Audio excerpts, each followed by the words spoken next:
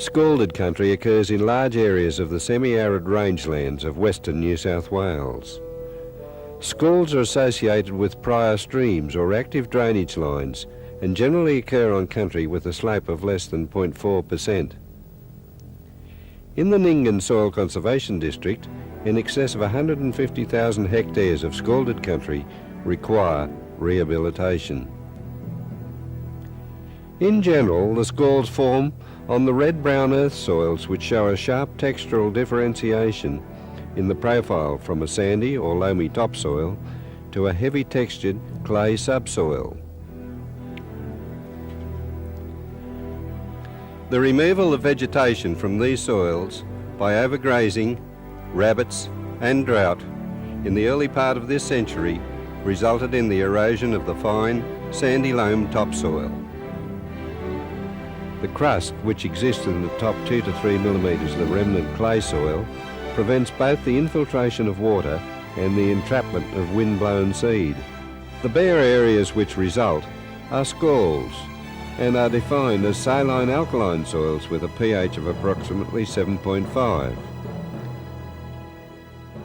The particular problems experienced on scald surfaces are high soil temperature, wind and sand grain movement, high potential evaporation, low water infiltration rates, lack of seed source, and a reduction in germination sites. Therefore, successful reclamation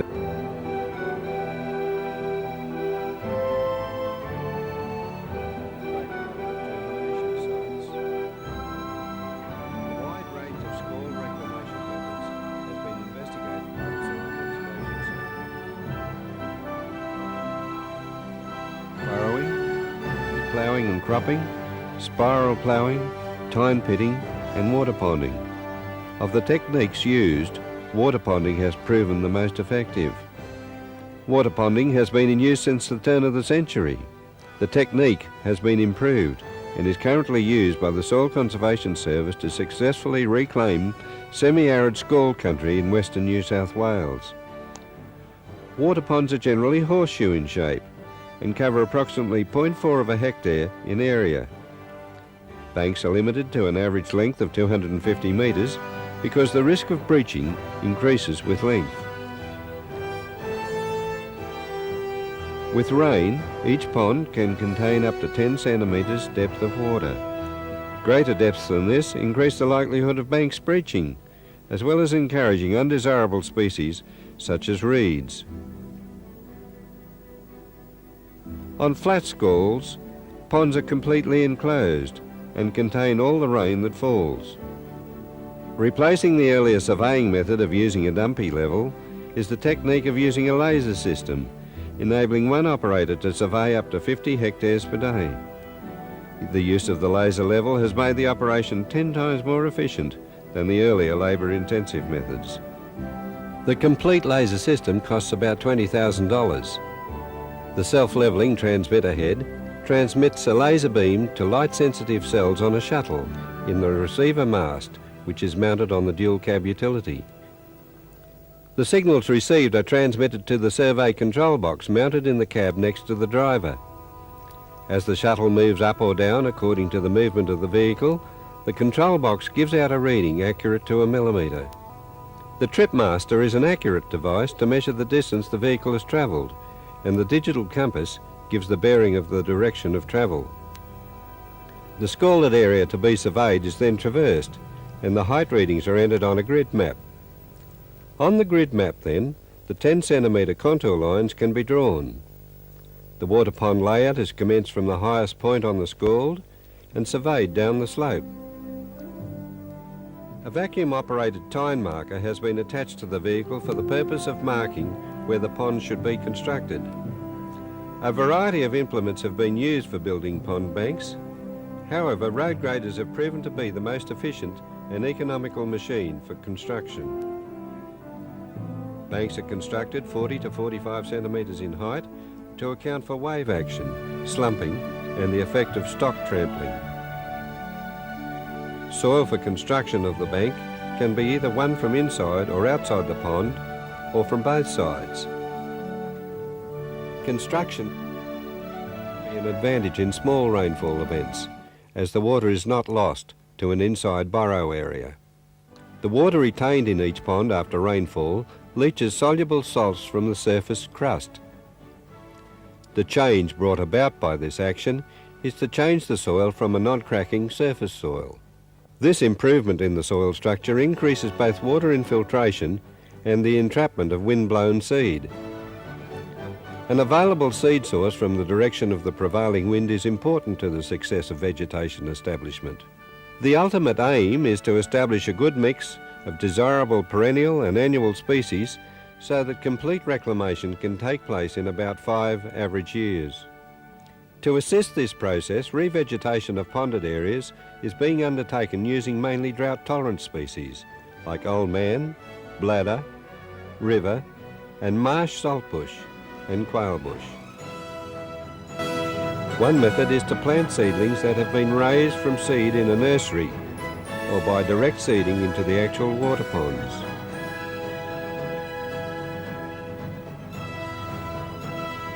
Results so far reveal that under favourable climatic conditions, excellent results can be achieved, providing stock are excluded from the seeded area during the establishment period. Electric fencing is seen to be a viable means of protecting regenerating areas. It is both cheaper than conventional fencing and has the ability to be removed easily to another area once plants are established. The revegetation of scalded areas using water ponding will reduce high soil surface temperatures, reduce wind and sand grain movement, lower potential evaporation, increase infiltration and, most importantly, return to productivity previously unproductive areas. Low interest rate finance is available to eligible landholders through the Advances Scheme and the State Bank for the construction of water pond banks.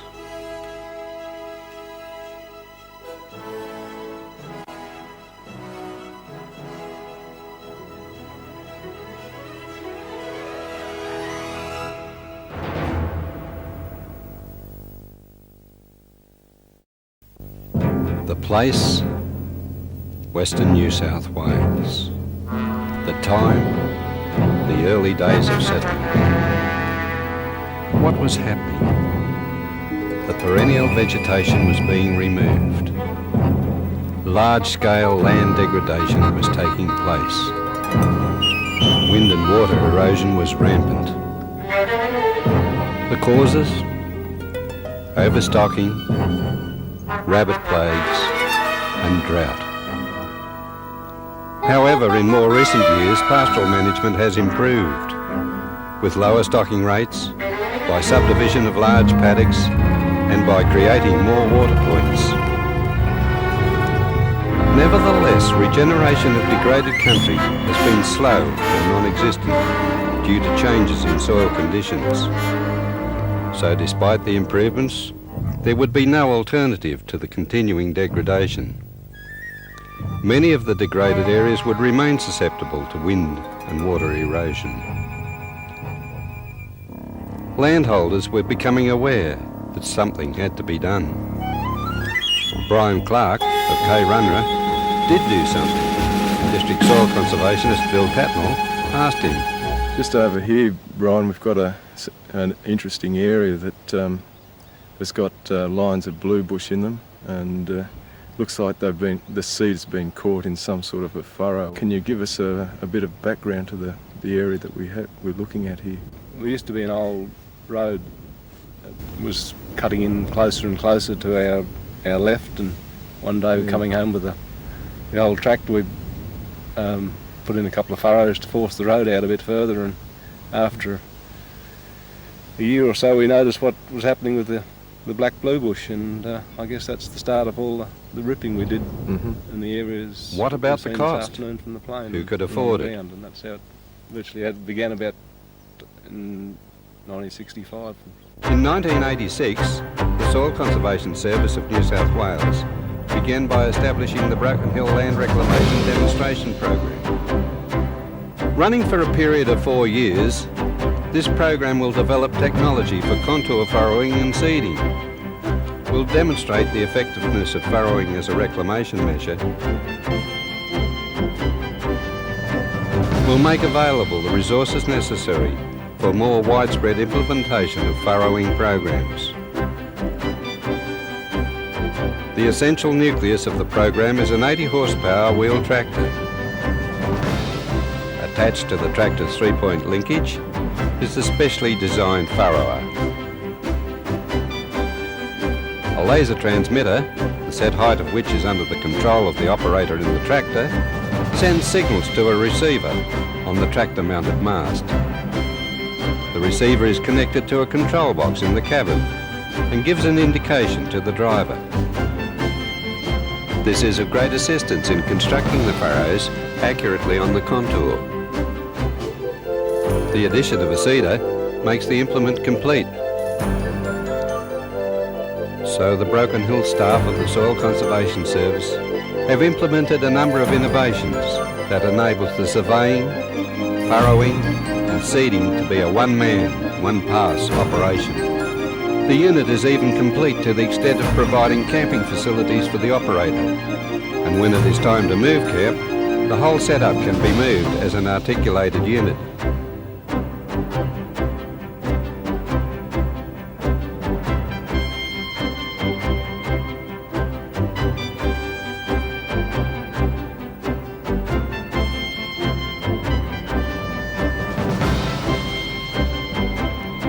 The farrows produced by the unit attempt to improve the hostile environment of the degraded soils by the regeneration of perennial bushes.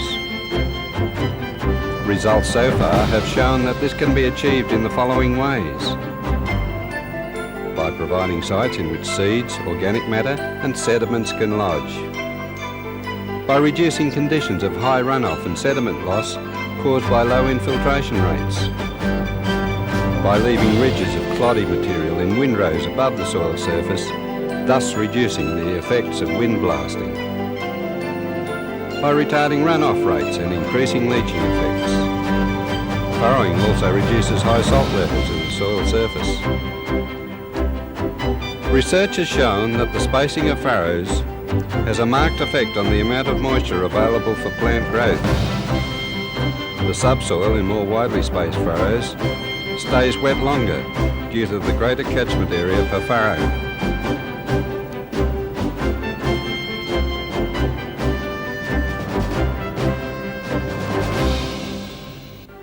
Farrows should ideally be placed near a natural seed source.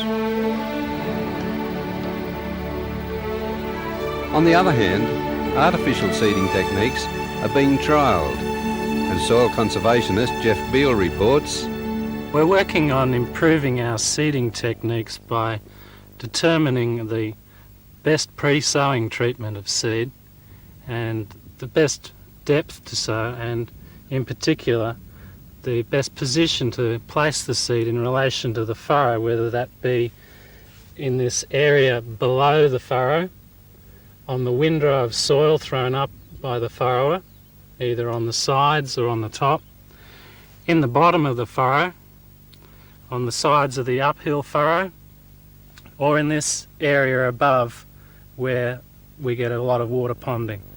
The species being investigated include perennial saltbush, black bluebush, old man saltbush, prickly wattle and perennial grass species. Furrows of the current design, surveyed close to the contour, maximise runoff control and will not cause an erosion problem in the event of heavy rain.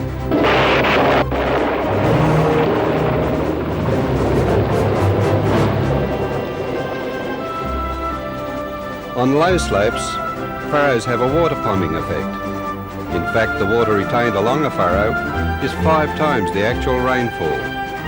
The furrow's expected life is 15 to 20 years, a factor which increases the probability of successful establishment of perennial species. Properly managed, it would be expected that areas regenerating to a perennial bush like black bluebush would take from 5 to 10 years to regain the cost of farrowing. Not bad when it was considered the degraded country was thought to be worthless. I've had some of the work done here over the last 2 years, and I'm very happy with the work. We've had a lot of regeneration of salt bush, blue bush, and on scalded areas the work has gone really well. And I'd recommend that anybody who wanted the work done, they get in contact with their district soil conservationists and they'll draw up a program.